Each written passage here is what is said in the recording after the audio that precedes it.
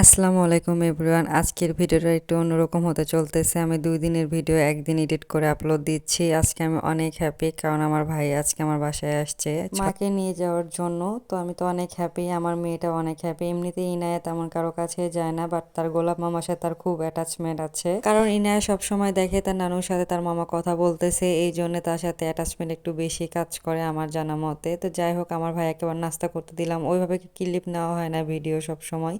পরের দিন দুপুরবেলা আমার হাজব্যান্ড আবার বলেছিল ছোলার ডাল খাবে, তাই দেশি মুরগির গলা, পাখা, কলিজা দিয়ে ডাল রান্না করে দিলাম। আমার ভাইয়ার জন্য আবার এখানে ছোলা রান্না করলাম। ইনার বাবা খুব পছন্দ করে, তো আমার ভাই এবং ইনার বাবার জন্য এটা রান্না করা শেষ। বিকেলবেলা খাওয়া দাওয়া শেষ করে আমরা ডিসাইড করি আমার ভাইয়ের থেকে বার্থডে ট্রিট নিব। আমরা মোট 4 ভাই বোন, আমার উপরে আরো 3 জন আছে। সব থেকে ছোট হওয়ার কারণে আমি সব থেকে বেশি আদর পাই আলহামদুলিল্লাহ। আমার প্রথম যে বড় ভাই আছে তার 7 বছর পর আমার বোন হয়েছে, তার 2.5 বছর পর আমার ভাই, তার 2.5 বছর পর আমি হয়েছি। তো বলতে গেলে আমার বোন আমার 5 বছরের বড়, আর আমার এই ভাইটা আমার 2.5 বছরের বড়। 2.5 বছর বড় হওয়ার কারণে এর সাথে আমার অ্যাটাচমেন্টটা খুব বেশি ছোটবেলা থেকেই।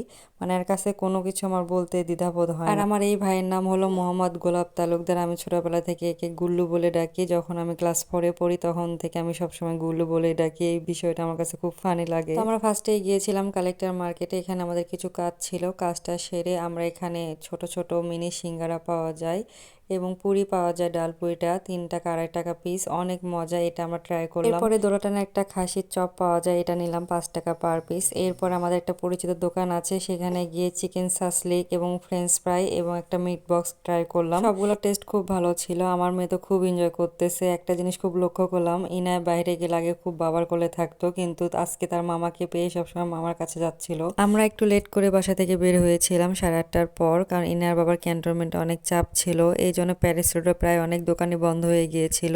তো যাই হোক, যা পেয়েছিলাম আলহামদুলিল্লাহ।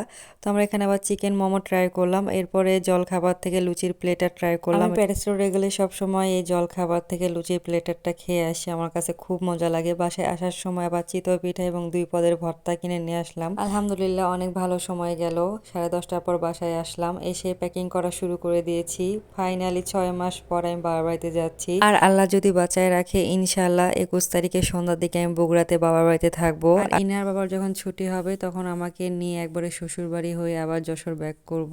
রাতে আমি আবার বাবা মেয়ের মোমেন্ট গুলো ক্যাপচার করতেছিলাম। কালকে থেকে আমি চোখের সামনে এগুলো দেখতে পাবো না কয়েকদিন। তো টাটা, বাই বাই, আল্লাহ হাফেজ।